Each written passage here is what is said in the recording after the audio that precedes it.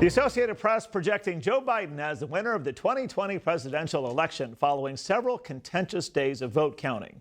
Biden addressed the nation tonight, and so far President Trump has not spoken publicly, but his campaign is filing lawsuits in several battleground states. ABC News correspondent Rena Roy has more on today's developments. The next chapter in U.S. history off with a bang. The crowd at the Biden election headquarters going wild as Joe Biden and Kamala Harris took the stage. It is now my great honor to introduce the President-elect of the United States of America, Joe Biden.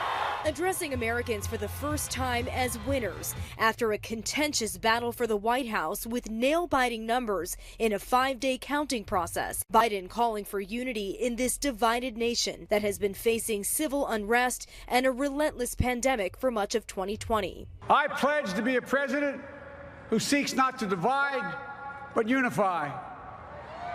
Who doesn't see red states and blue states, only sees the United States. The Bible tells us, to everything there is a season, a time to build, a time to reap and a time to sow, and a time to heal.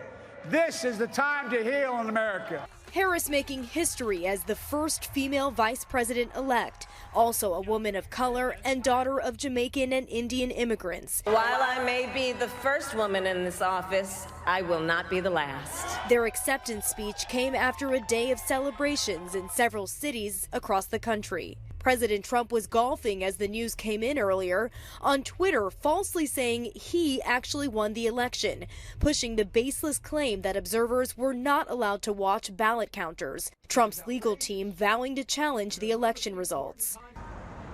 And Biden is eager to get to work, saying it is time for America to heal and move forward. Rena Roy, ABC News, Wilmington, Delaware. Now, today, News Channel 3 spoke with people here in the Valley to get their reaction to today's developments.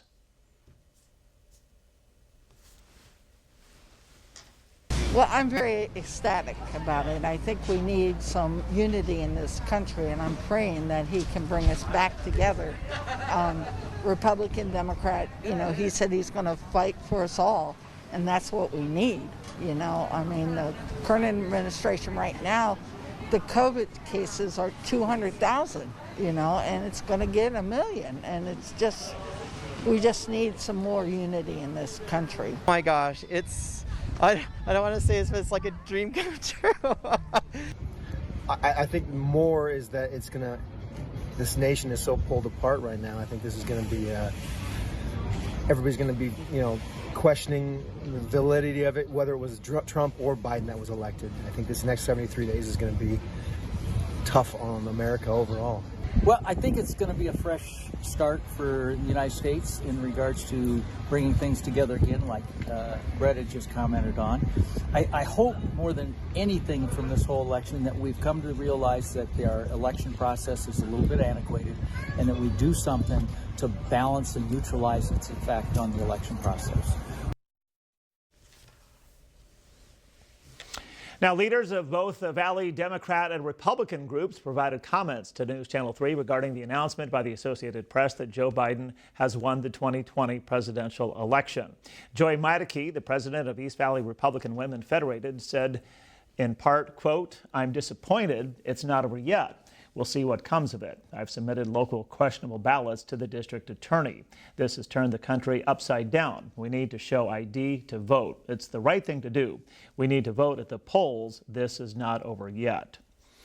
And Dory Smith, the president of Democrats of the Desert, also weighing in on this year's election by saying in part, quote, "I'd like to thank everyone at the County Registrar of Voters Office for their service. This is wonderful. We're just thrilled.